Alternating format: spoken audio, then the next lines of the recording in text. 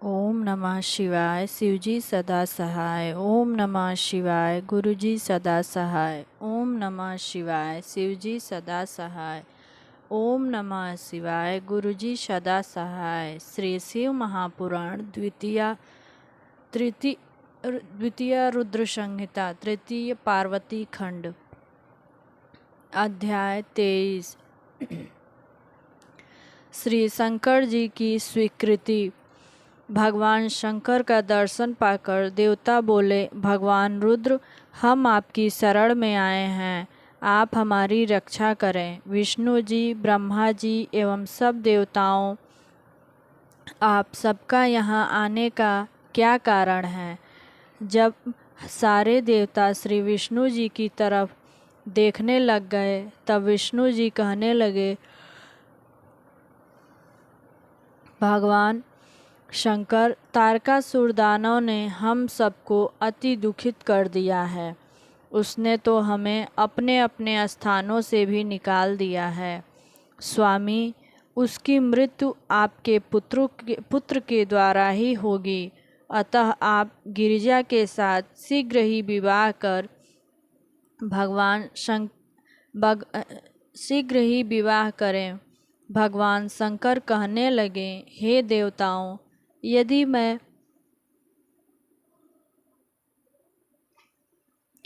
गिरिजा के साथ विवाह कर लूँ तो सब देवता मुनि आदि कामी हो जाएंगे।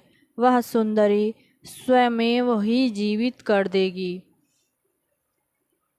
मैंने अब पहले कामदेव को सब कार्यों की सिद्धि के लिए भस्म कर दिया है। अब मुझे विवाह करने के लिए बाध्य मत करो। इतना कहकर भगवान शंकर ध्यान में स्थिर होकर अपने ही ब्रह्म स्वरूप आत्मचिंतन में लग गए। तब शिव जी को ध्यानावस्था में देखकर फिर नंदीश्वर से बोले, विष्णु आदि सब देवता कहने लगे, नंदीश्वर जी, हम अब क्या करें? अब इनके प्रसन्न हो जाने के लिए कोई उपाय बतलाइए। नंदीश्वर जी ने कहा, हे विष्णु आदि सब देवताओं, आप भगवान शंकर की प्रार्थना करते हो। भगवान महादेव तो अपने ही भक्तों के वश में हैं। नंदीश्वर जी ने इतनी बात सुनकर सभी देवता भगवान शिव की स्तुति करने लगे। अत्यंत दीनता के साथ प्रार्थना स्तुति करते करते देवता लोग रुदन भी करने लगे। ब्रह्मा जी ने कहा, तब मैं और विष्णु दोनों मिलकर भक्ति के साथ शिव जी का ध्यान द्वारा प्रार्थना करने लगे। तब भगवान शंकर की समाधि खुली और प्रेम के साथ देखकर बोले, देवतागण, तुम लोग मिलकर यहाँ क्यों आए हो, मुझसे कह दो। तब विष्णु जी बोले, देवादिदेव, आप अंतर्यामी हैं, हम तो आपकी शरण में हैं। स्वामिन, श्री पार्वती जी के साथ विवाह करें, पुत्र उत्पन्न करके तारक दानव से हम लोगों की रक्षा करें। श्री पार्वती जी तो नारद उपदेश से आपकी ही तरह कठोर तप कर रही हैं। भगवान शंकर हंसकर कहने लगे, हे देवताओं, मनुष्यों के लिए विवाह एक जेल खाना है। इस लोक में कुसंग तो कई प्रकार के हैं, उनमें मुख्य स्त्री संग है।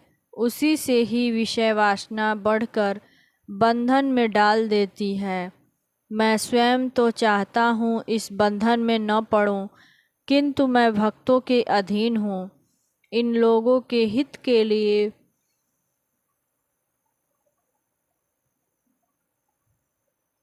इस बंधन में हित के लिए अनुचित कार्य कर बैठता हूँ।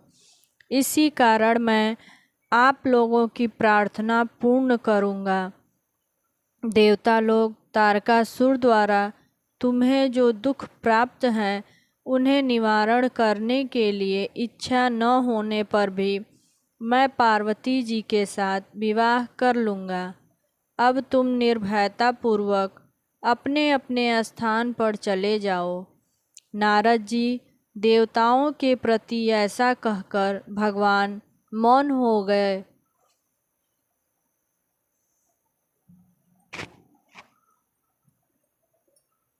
अध्याय 24। श्री पार्वती जी की परीक्षा। ब्रह्मा जी बोले, नारद जी, विष्णु आदि देवतागण चले गए। तब भगवान शंकर श्री पार्वती जी की परीक्षा के लिए वशिष्ठ आदि 7 ऋषियों का स्मरण किया। स्मरण करते ही 7 ऋषि सदाशिव के पास आ गए। उन्हें प्रणाम एवं स्तुति करके विनय से बोले, हे अंतर्यामी महादेव, हम आपके दास हैं, आज्ञा करें। तब ऋषियों के वचन सुनकर सदाशिव हंसकर बोले, सप्त ऋषियों, तुम गौरी शिखर नाम के पर्वत पर चले जाओ। वहाँ मेरी प्राप्ति के लिए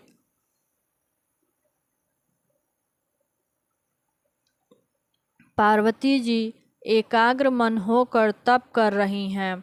वहाँ अनेकों छल कपट करके उसके प्रेम की परीक्षा करो। 7 ऋषि भगवान शंकर की आज्ञा से वहाँ पहुँचे और श्री गिरिजा को प्रणाम किया। फिर कहने लगे कि श्री पार्वती जी, आप तो बड़ा कठोर तप कर रही हो। इस तप का क्या कारण है? इतना सुनकर श्री पार्वती जी बोली, ऋषि श्रेष्ठों, मैं तो श्री नारद जी की आज्ञा से भगवान शंकर को ही वर पाने के निमित्त तप कर रही हूँ। वही मेरे देवता हैं, वही मेरी कामना पूर्ण करेंगे, ऐसा मेरा दृढ़ विश्वास है। इतना सुनकर 7 ऋषि हंस पड़े। शिव जी में गिरिजा का असाधारण प्रेम समझकर छल के साथ बोले, गिरिजे, आपको कपटी नारद मिल गया। भला उसके चरित्र को तुम जैसी निष्काम कुमारियाँ क्यों जान सकती हैं? नारद ने तो अनेकों को मरवा दिया, बहुतों के घर बर्बाद कर दिए। दक्ष के 10,000 पुत्रों ने परिश्रम किया और नारायण सरोवर पर पिता की आज्ञा से तप करने गए। वहाँ पर यह महात्मा पहुँच गए। उन्हें ऐसा उपदेश दिया कि जिससे वह सबके सब घर ही न लौटे। दक्ष ने फिर 10,000 पुत्र उत्पन्न करके भेजे, उनको भी बहका दिया। विद्याधर चित्रकेतु को इस प्रकार का उपदेश दिया जिससे उसका घर फिर बसा ही नहीं। इस प्रकार से बहुतों को वैराग्य ज्ञान समझा समझा कर चौपट कर डाला। उसी नारद की बातों में अब तुम भी आ गई हो। हे गिरिजे, थोड़ा विचार करो, देखो उनके बहकाने से तुम पति किस प्रकार चाहती हो, जो महानिर्लज्ज, अमंगल रूप, काम का शत्रु, निर्विकारी, उदासीन, कुलहीन, भूत प्रेतों के मध्य में रहने वाला, नग्न,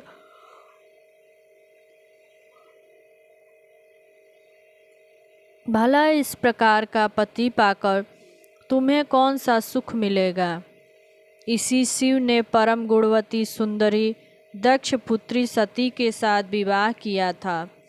उस बिचारी को इसने कौन सा सुख दिया? आखिर पिता के घर जाकर इसी दुख के कारण उसने अपना शरीर जला दिया। गिरिजे, इन्हीं बातों का विचार करके तुम इस हठ को छोड़ो, तब छोड़कर घर चली जाओ। हम तुम्हारा वैकुंठ के स्वामी, लक्ष्मी के पति, सर्व सुंदर विष्णु भगवान के साथ विवाह करा देंगे, जिससे तुम सुखी हो जाओगी। ब्रह्मा जी बोले, नारद, जब इस प्रकार से मुनियों ने कहा तब हंसकर पार्वती जी उनसे कहने लगी, मुनीश्वरगण, आप जो कुछ कह रहे हैं सत्य है, परंतु मैं अपने दृढ़ विश्वास को नहीं त्याग सकती। पर्वत पुत्री होने के कारण मैं तब से घबराई नहीं हूँ। देव ऋषि नारद ने तो मेरा परम हित ही किया है। वे मेरे परम गुरुदेव हैं, मैं इनको किस प्रकार त्याग सकती हूँ।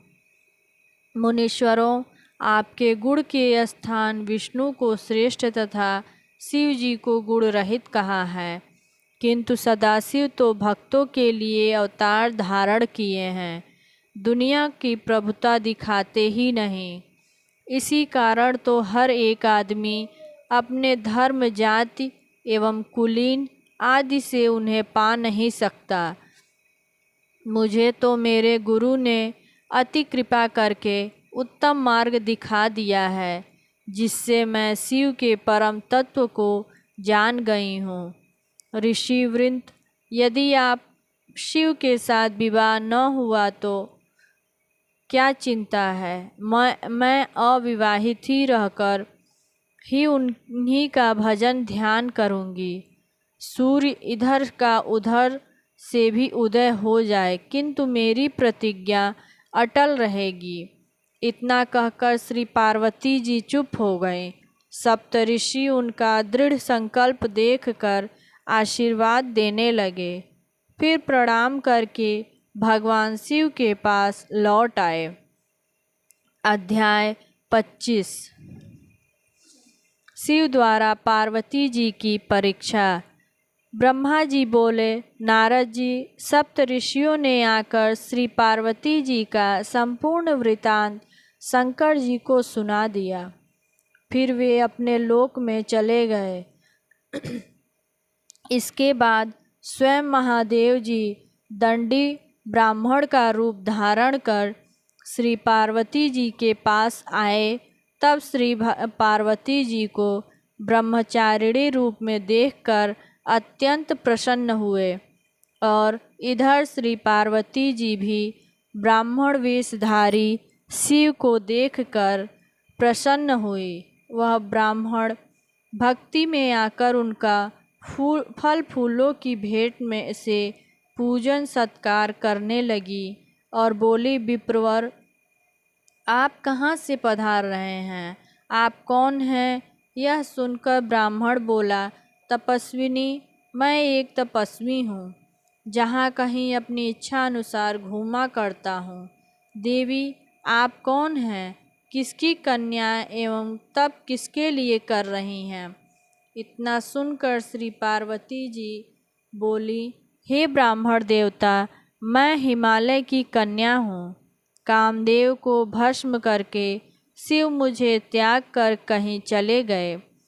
तब उनके विरह में स्वर्ण नदी पर आई और वहाँ पर बहुत समय तक तप करती रही, किंतु फिर भी मैं अपने प्राणनाथ को न पा सकी। अब मैं अपना प्रयत्न असफल होता देख अग्नि में जलकर मरना ही श्रेष्ठ समझा था। आपको आया देख मैं क्षण में भर रुक गई हूँ। अब आप पधारें, मैं अग्नि में प्रवेश करूँगी।